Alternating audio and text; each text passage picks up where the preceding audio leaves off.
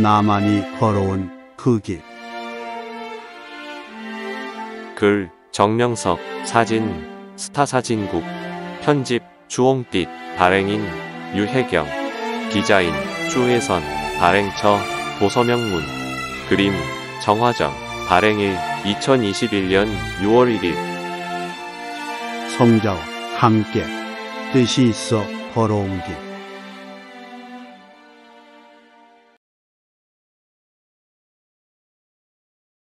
7.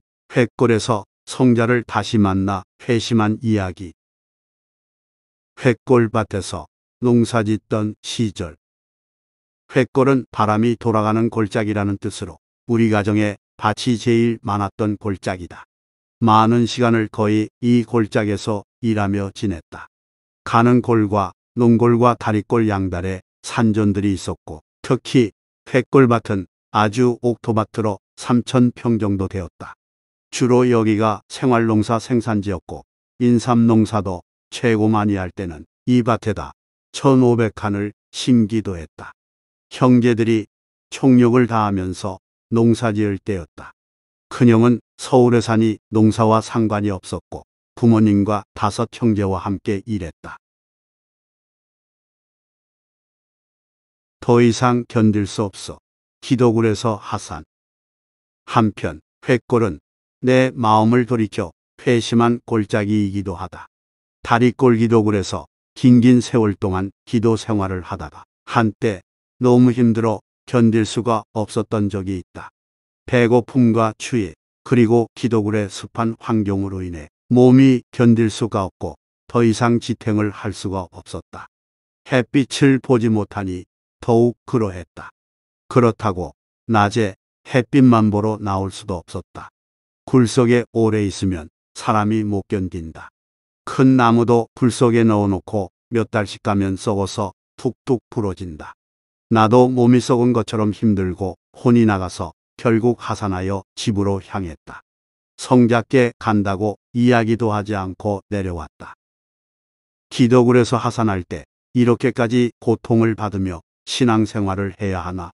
나 혼자 이토록 사서 고생을 하면서 굴에까지 가서 기도해야만 성자가 들어주시는가? 이제까지 수도 생활을 했으면 오래 한 것 아닌가? 하는 생각이 들었다. 성자께서 앞날에 어떤 확실한 약속을 하신 것도 없었기 때문에 막연했던 것이다. 집에 돌아오니 부모님도 좋아하셨다. 집에서 일을 도우며 햇빛을 많이 보니 점점 생기가 돌고 몸도 좋아졌다. 기도굴에서 내려오기는 했지만 그래도 성경은 늘 보았다.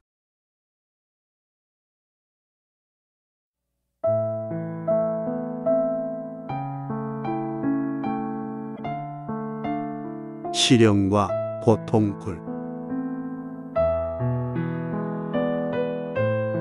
세상의 사람들 황금을 캐고저 이 굴을 받건만.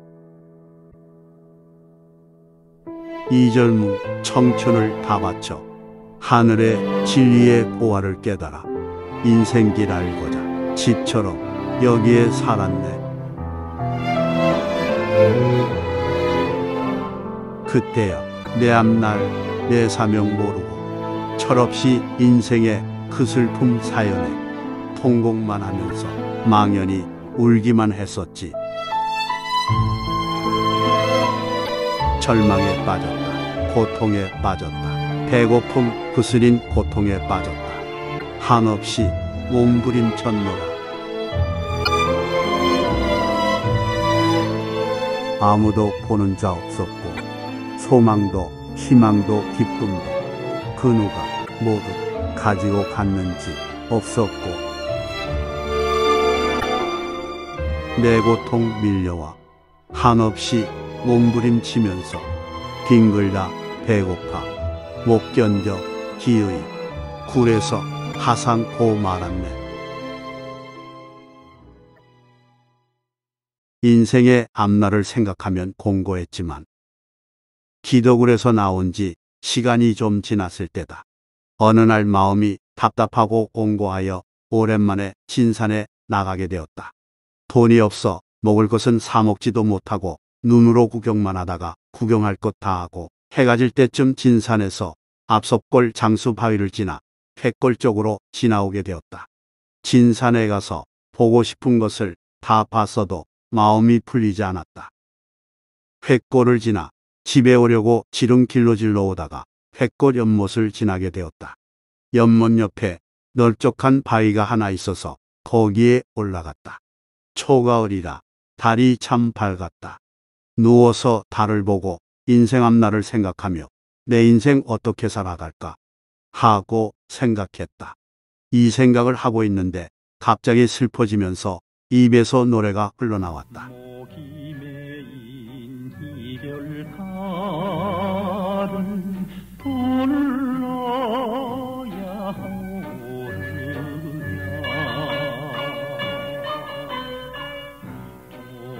목이 메인 이별가를 불러야 하느냐, 돌아서서 피눈물을 흘려야 하느냐, 사랑이란 이런가요? 비 내리는 광야에서 죄도 많은 인생이라. 이때 성자의 심정이 선연히 느껴지면서 보이지는 않지만 성자가 이 노래를 부르시는 것 같았다. 나를 놓고 슬퍼하며 성자 자신의 입장을 노래로 읊으신 것이 마음에 와닿고 깨달아졌다.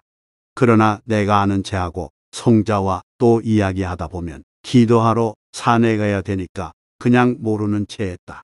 기도굴에 한 번 가면 성자가 또 잡고 안 놓아 주실 것이기 때문이었다. 횟골에 빈 흙집에서 성자를 다시 만나다. 그때 휘영청 보름달에 가까운 달이 떠서 비추고 있었다. 다시 일어나 더 올라가다가 횟골의 암골바위 옆까지 가서 보니 인삼밭을 지키려고 작게 지어놓은 빈 흙집이 있었다. 원두막 단칸방 흙집이었다. 인삼은 다 캐가고 안은 비어있는 집이었다. 거기에 들어갔다. 가을이라 춥고 서늘하여 주위에서 나뭇가지를 가져다가 방바닥에 불을 피워놓고 쬐었다. 나는 산에 있을 때 너무 추워서 죽지 않게 불을 피울 수 있도록 성냥을 늘 주머니에 넣고 다녔다. 불을 피워놓고 쬐니 따뜻하고 좋았다. 굴처럼 습기도 없고 건조하니까 여기서 기도하면 좋겠다는 생각이 들었다. 혼자 쭈그리고 불을 쬐는데 내 앞에 한 사람이 허름한 두루마기 옷을 입고 있어서 누군가 하고 자세히 보니 세마포를 입은 예수님 모습의 성자이셨다. 처음에는 얼굴을 안 보이시다가 나중에는 얼굴을 보여주셨다. 그러나 아는 체하면 성자께서 나 봤구나 하고 말을 건네게 되고 그러다 말이 통해 같이 사연을 나누다 보면 또 성자의 말을 들어드려야 되고 결국 애인을 따라가듯 기도굴에 들어가야 하기에 모르는 체하고 있었다.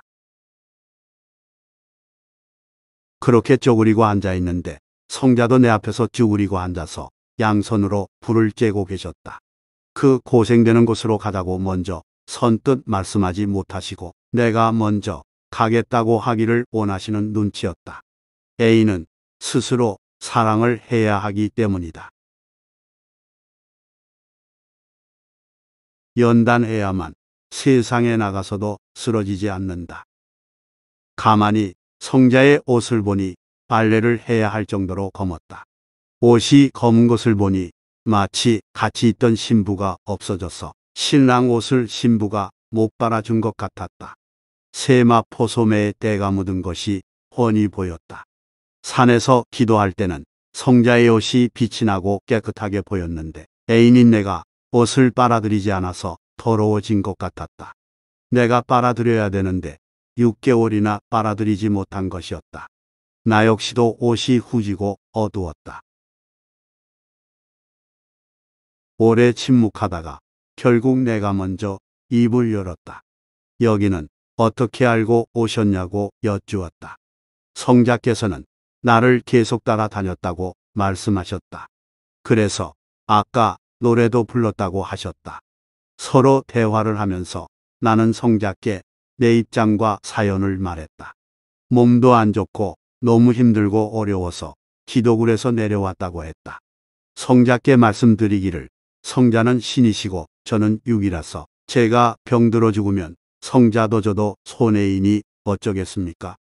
힘드니까 몸에 바람을 좀 쐬고 올라가겠습니다.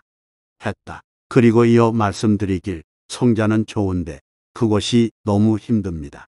하며 집에서 기도하면 안 되냐고 물었다. 그리고 여기 횃골도 좋다고 했더니 성자께서 내가 옷을 안 빨아주니까 이렇게 옷이 다 검어졌다. 신부가 안 빨아주니까 검은 것이다.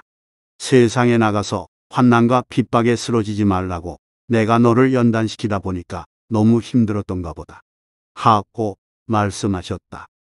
세상에 돌아다녀 보니까 고생스럽고 나도 참으로 불쌍한 사람이었다. 6개월 동안 취직도 못하고 돌아다니니까 민망했다. 누가 써주는 사람이 없었다.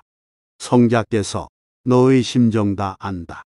하지만 조용한 곳으로 가자. 라고 말씀하셨다.